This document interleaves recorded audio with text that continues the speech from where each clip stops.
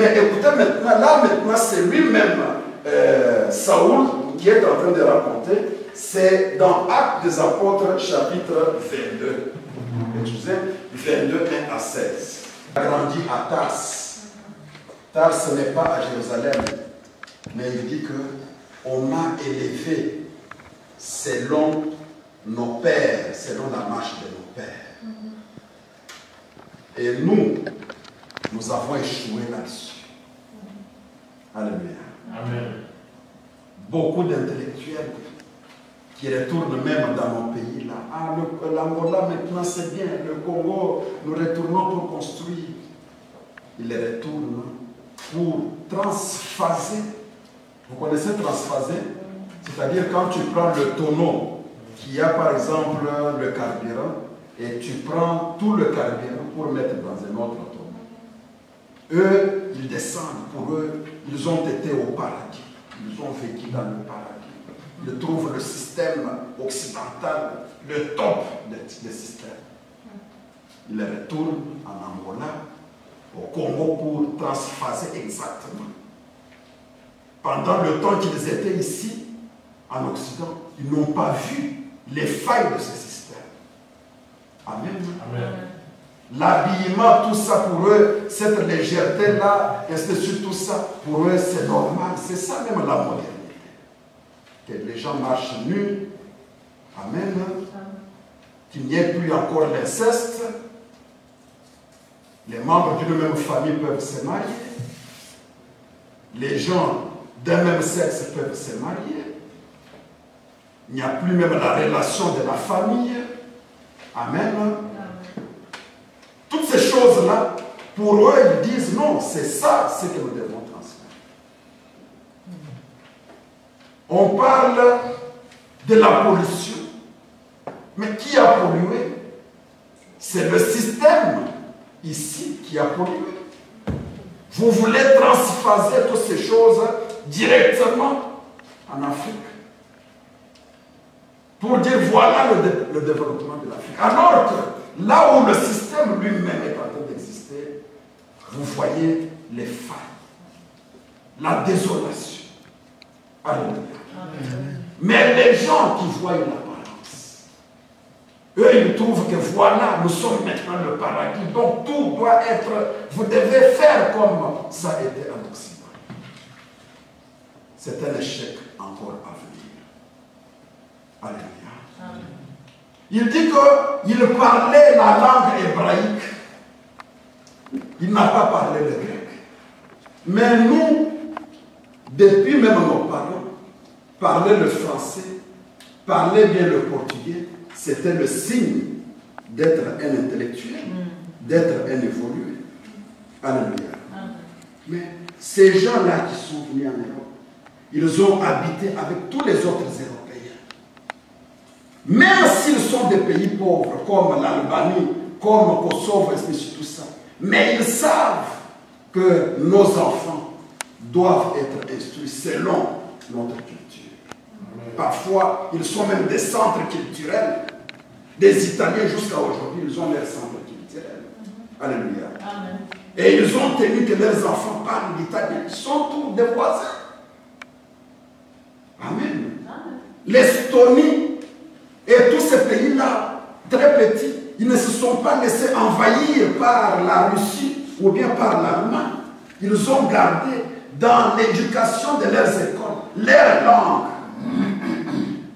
Mais chez nous, on a appris, c'est le français, c'est l'anglais, c'est le portugais. À tel point que tu arrives en Angola, on te dit que tu n'es pas vrai angolais parce que tu ne parles pas bien le portugais.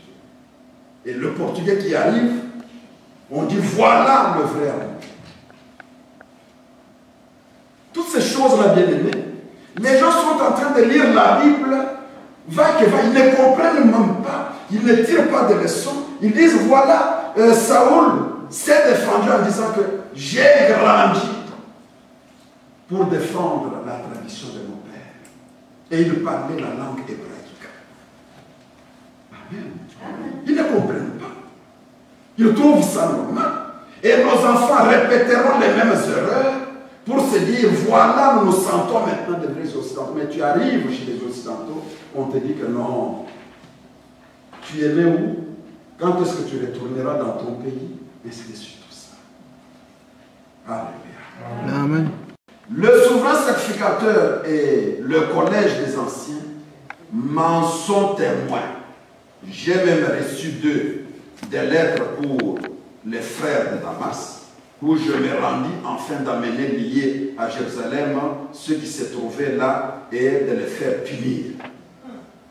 Comme j'étais en chemin, là maintenant c'est lui-même qui est en train de raconter son histoire. Comme j'étais en chemin et que j'approchais de Damas, tout à coup vers midi, une grande lumière venant du ciel resplendit autour de moi.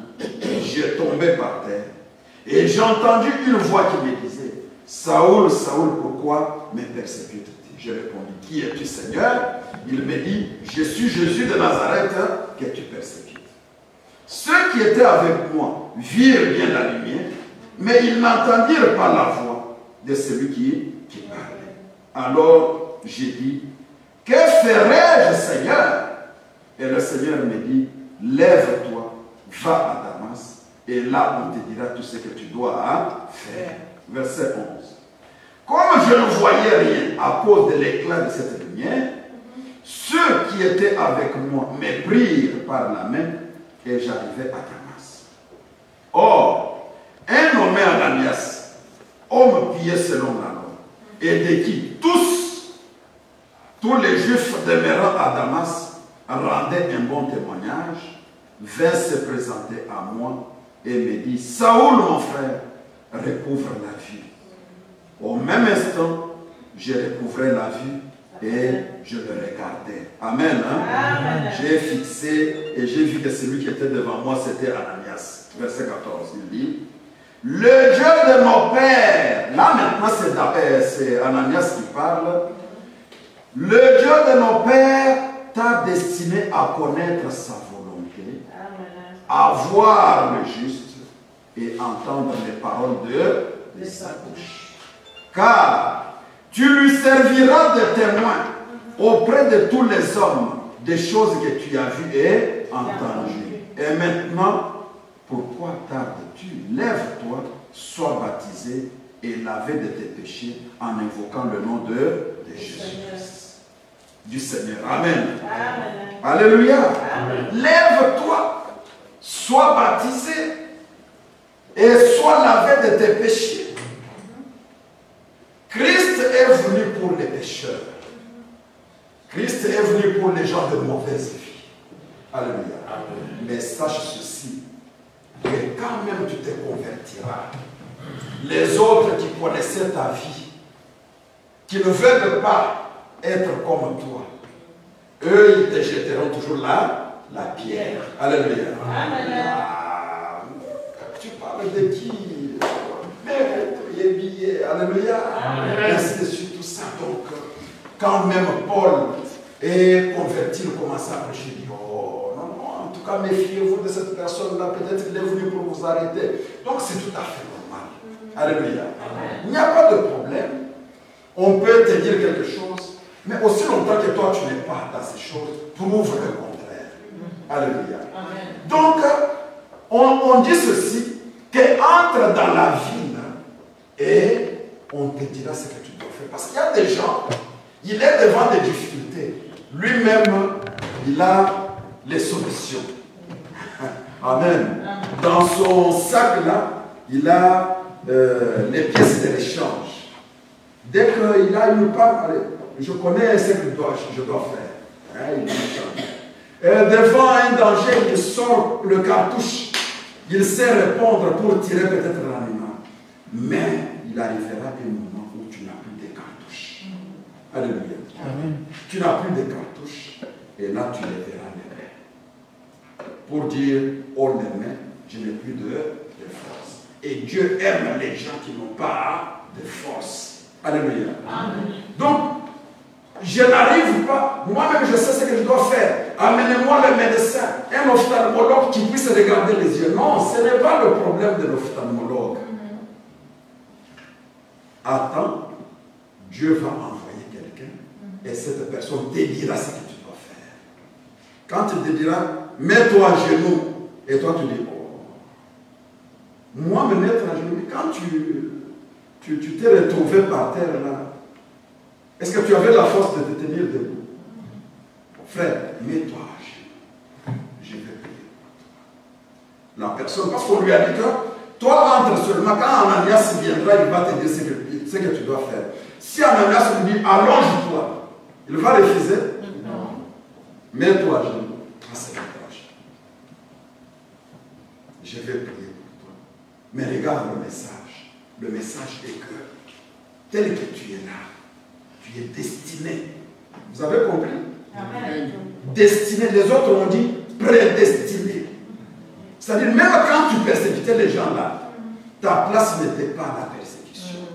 Dieu te voyait autrement. Amen. Alléluia. Amen. Quand tu étais dans l'adultère, tu étais dans la prostitution, tu étais dans le vol, tu étais dans la magie, tu étais dans toutes les sciences occultes.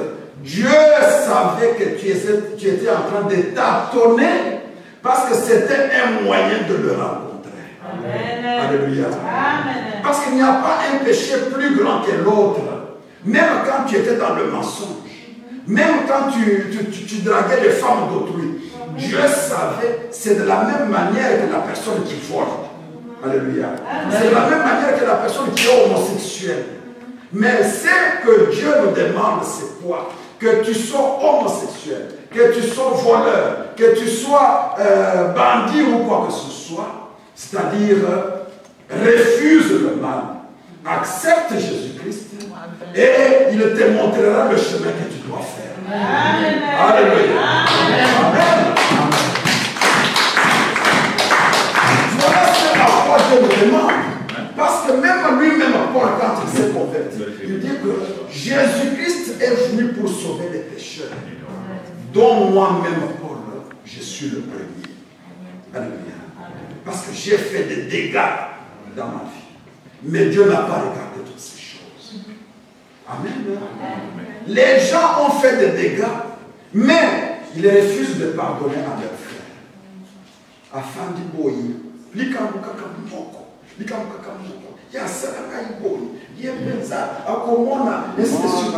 Amen. Mais ce que toi tu as fait aussi, tu ne le dis pas. Mais Dieu a regardé ces choses, il te pardonne. Amen. Parce que quand tu pardonnes, au cola la pongi l'être bébé. Amen. Mais si tu ne pardonnes pas, à un certain moment, tu sens le cœur bouger comme si tu manques même le sommeil. C'est-à-dire qu'il y a un problème. Alléluia. Tu dois réparer cela. Parce que nous prêchons la repentance avec réparation. Amen. Or, la repentance avec réparation, c'est quoi? C'est ça. Lorsque maintenant Paul ou bien Saül arrive maintenant dans l'étape où il doit se défendre devant le roi Agrippa, il dira ceci, que depuis le jour où Dieu m'a saisi, amen, amen. Le jour où Dieu m'a saisi, parce que vous savez, Dieu parle combien de fois? Dieu parle une fois et nous entendons deux fois. Alléluia. Il ne parle qu'une fois, mais nous entendons deux fois. C'est-à-dire quoi? C'est-à-dire que si tu es quelqu'un prédestiné dans l'éternité, là où nous étions avec le Seigneur, là où nous étions avec le Seigneur, déjà dans l'éternité, alléluia.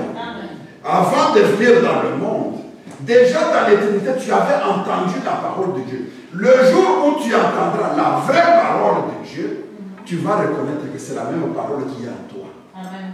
Je bénis le frère quand il dit que pendant tout ce temps ici, j'étais quelqu'un vraiment qui recherchait aussi la parole. Et la sœur Thérèse est témoin. C'est-à-dire, tout ce qui se passe, j'avais des doutes, mais je ne sais pas la vérité pour pouvoir la défendre. C'est la deuxième fois que je rencontre une personne qui dit ce langage-là. Alléluia. L'autre personne, c'était apôtre Thierry. Il disait que j'écoutais les choses, même les serviteurs de Dieu prêchaient, mais je ne sais pas pourquoi. J'avais des doutes et je refusais de croire certaines choses. Maintenant, si quelqu'un me demande, mais pourquoi tu refuses? Je dis, je ne sais pas pourquoi. Et le jour où j'ai rencontré la vraie parole, j'ai répondu que c'est ça, la parole. Alléluia. Pourquoi? Parce que c'est une personne qui l'avait déjà entendu dans l'éternité. Alléluia. Amen. Et si dans l'éternité, tu n'avais pas entendu cela, lorsque Dieu a parlé une fois, la deuxième fois, lorsque tu l'écouteras à travers les hommes de Dieu, ou bien à travers un homme de Dieu, tu ne reconnaîtras pas cette voix. Et c'est pourquoi le Seigneur qui est, en quelque sorte, la porte d'entrée, il dit ceci. Mes brebis entendent ma voix. Amen. Et ils reconnaissent ma voix. Et me suivent. Amen. Alléluia. Amen. Parce que pour que tu puisses suivre, il faut d'abord reconnaître si cette voix-là est de Dieu. Imaginez maintenant quelqu'un qui, depuis que lui s'est dit qu'il sait que lui s'est dit. Ce n'est pas qu'il est converti, mais lui s'est dit qu'il est converti. Dans ta famille, Bitumba, le combat, et c'est sur tout ça. J'ai vu qu'il y a quelqu'un qui en veut à ta vie. Les problèmes que tu as, c'est ta famille. Donc, depuis que lui a commencé, il n'entend que les choses qui lui donnent la peur. Amen. Amen. Et même quand il prie, il ne prie pas, il ne crie pas parce qu'il est poussé par le Saint-Esprit, mais il crie parce qu'il a peur de mauvais esprits aussi. Amen. Comme si, en criant très fort, les mauvais esprits vont fuir. Alléluia. Amen. Alléluia. Amen. Depuis que lui a rencontré ma parole, c'est ça sa parole qui lui compte.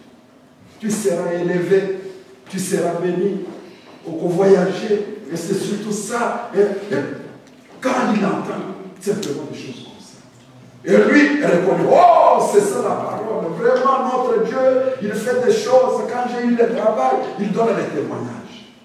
Mais maintenant, quelqu'un qui avait entendu autre chose dans l'éternité, quand il arrive à un endroit comme ça, il dit, je suis venu aujourd'hui, tu seras béni. Amen. Amen. Demain encore, Bitumba, la famille, et c'est sur tout ça. Les liens, coupons les liens, et nous allons marcher sur les démons. Et après, je sors de là, la tête qui me fait mal. Et demain encore, la même maladie. Nous avons coupé ces liens ici. Amen. Hier, on a coupé ces liens. Mais qu'est-ce que... Oh, son frère, il faut persévérer dans la prière. Mon frère, maintenant, moi, je vois ici Saoul de Tars. Alléluia. On est venu, on a imposé les mains, on a prié. Saoul, au même moment, les écailles sont tombés, Saoul s'est mis debout, Saoul a mangé, et c'est sûr. Maintenant, yo, donc,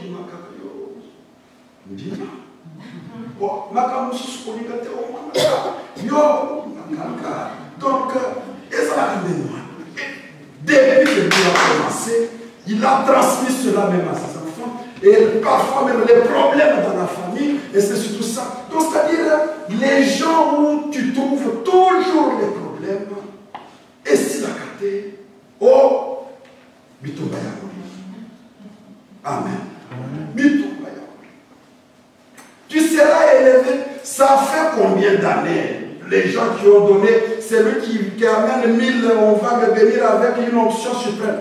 Bapé ça, est-ce que dans un niveau de la réduction, les amis, il est vivant.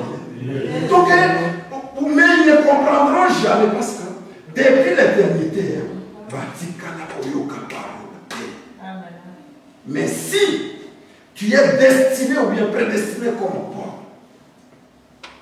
tu as entendu dans l'éternité, le jour où tu recevras Ananias, tu vas reconnaître que c'est la même parole. C'est la même foi. Amen. Alléluia. Amen. Voilà, bien-aimés, nous acclamons très fort pour cela.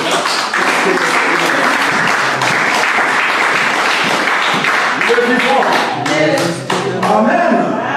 Voilà alors, c'est à quoi nous pouvons nous attendre, bien-aimés. Et à la fin, lorsqu'il se présente devant le roi Agrippa, là c'est dans le chapitre 26, je pense, si ma mémoire est bonne, je pense que c'est Actes des Apôtres, chapitre 26, 1 à 3.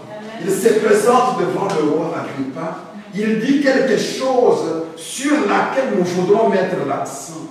Il dit ceci, que depuis le jour où j'ai été saisi par Dieu, jusqu'à maintenant, je ne défends pas autre chose, si ce n'est qu'une vision céleste. Amen. Alléluia. Amen. La vision céleste, c'est quoi? Ce n'est pas le pasteur Augustin en sa vision.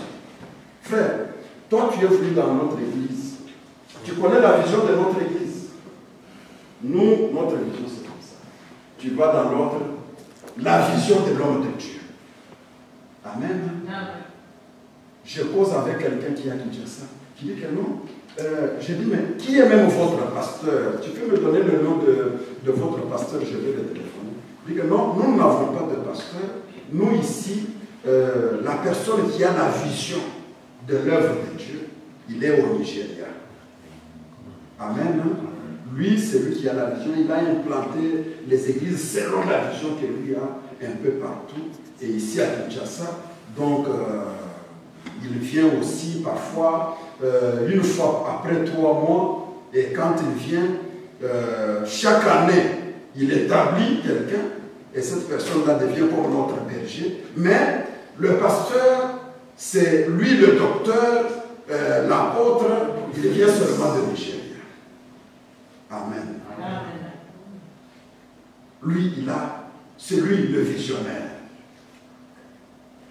Tu trouves l'autre aussi en Amérique, tu dis, selon ma vision, ou bien la vision de votre église. Mais finalement, alors, autant d'églises, autant de visions, autant d'hommes de Dieu, autant de visions. Mais est-ce que cela est-il normal? Cela n'est pas normal. Parce que dans Actes des Apôtres, chapitre 26, Paul est en train de définir la vision céleste. L'œuvre que nous faisons, certes, ce sont des 4 murs. On a de noms, Assemblée chrétienne de Winterthur. Les autres, si c'est Église, les autres, c'est même ministère. Si c'est des affranchis, qui ont, si c'est abattu l'avion, amen. Les autres, la sémence éternelle, ainsi de suite, tout ça. Toutes ces choses-là, tu regardes maintenant par rapport aux Écritures. Tu trouves même, il dit toutes ces choses-là. Amen. Parce qu'une église doit porter le nom de l'endroit où il est. Amen. Amen. Toutes ces choses-là, oh la sémence éternelle, si c'est la bonne sémence, c'est tout ça, c'est une façon de montrer la vision du Créateur de cette église-là. Alléluia. Amen. Maintenant, si tu dis l'église de Jérusalem, qui est le visionnaire? Il n'y a pas de visionnaire. Parce que tu trouves, tous les 5 ministères sont là. Amen. Amen. Ils sont formés là. Et toutes ces choses-là, c'est pourquoi, écoute bien, quand quelqu'un te dit, notre église est telle part, demande-lui maintenant, mais vous dépendez de qui? Alléluia. Amen. Il va te dire, jusqu'au moment où il t'amènera vers le visionnaire. Le visionnaire, c'est la personne qui avait commencé cette œuvre. Il est vivant. Les gens aiment les honneurs. Les gens aiment qu'on leur parle. Il a une grande église, et c'est ça. Maintenant, la carrière de mon couple, je me dis, mais vous ne voyez pas que l'église même a échoué. Amen. L'église a échoué. Une partie des gens, ils sont peut-être 100. L'autre, ils sont peut-être 200. Ceux qui sont 1000, c'est ça une grande église. Amen. Amen. Et maintenant, quand ces gens-là viennent, lui qui est resté, si c'est à Kinshasa ou bien en Angola, il dit, j'ai des églises partout. Nous avons notre église à New York, nous avons notre église.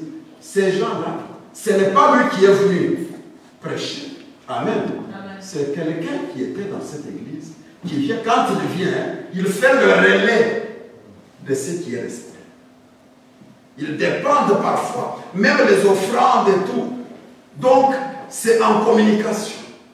Ça devient comme filial. Amen.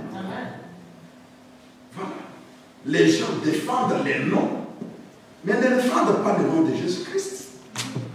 Alléluia. On va te prêcher, à la fin on dit, tu dois croire au frère Branham, tu dois croire à tel visionnaire. Nous, ce n'est pas comme ça, bien-aimé. Alléluia. Nous, ce n'est pas comme ça. Tu n'entendras pas des choses comme ça. Le consommateur de notre foi, c'est Jésus-Christ. Alléluia. Mais tandis que tout le reste que vous voyez là, les noms, quand tu entends déjà le nom, une église installée à Winterthur, l'assemblée de Winterthur, si l'on s'en à Solothurn, l'église de Solothurn. Alléluia. À partir de ce moment-là, il est difficile de connaître, mais ça vient d'où? Non, c'est l'église de Solothurn.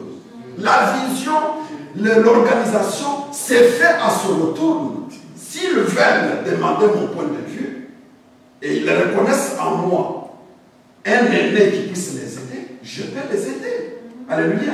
Mais ce n'est pas que vos offrandes, vos hymnes, tout ça, vous devez reconnaître celui qui est le visionnaire. Ces choses-là, bien-aimés, les gens veulent faire ce qui n'est pas dans la volonté de Dieu. Amen. Amen. Amen. Vous le ferez pour satisfaire les hommes. Mais le chemin vers le ciel vous sera fermé. Alléluia. Amen. Parce que tout ce qui s'est fait, personne ne peut venir de lui-même et il instaure son système. Non. Tout doit être selon la vision céleste.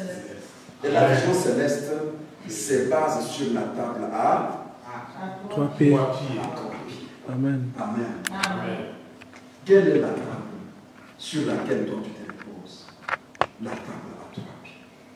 Soit ce que tu fais, les apôtres l'ont enseigné, les prophètes l'ont enseigné, ou bien Jésus-Christ lui-même l'a enseigné. Amen. Amen. Qu'est-ce que Christ a laissé à ses apôtres? Qu'est-ce que les apôtres ont fait? Et qu'est-ce que les prophètes ont fait parce qu'ils travaillaient avec l'Esprit de Jésus-Christ qui était en eux? Ils ont fait quoi? Et vous faites quoi aujourd'hui? Amen. Amen. Amen. C'est la perdition. Pourquoi? Parce que le chemin de la vie éternelle vous est fermé et sera fermé aussi à ceux qui vous suivent. Alléluia. Amen. Nous n'avons pas besoin des honneurs. Alléluia. Amen. Les honneurs, quelqu'un qui reconnaît aussi ce qu'il a reçu de moi, s'il est reconnaissant même. Amen.